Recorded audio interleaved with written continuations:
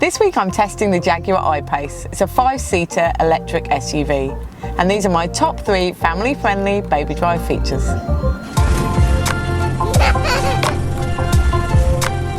Number 1 is the drive. It's absolutely beautiful, smooth and quiet. And the fact it's electric means I can drive my daughter to sleep without worrying about spending loads on fuel.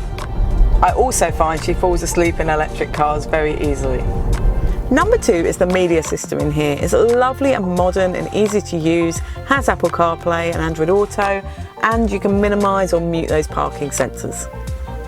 Number 3 is the great locking and unlocking of the doors, and these lovely handles just pop out like that.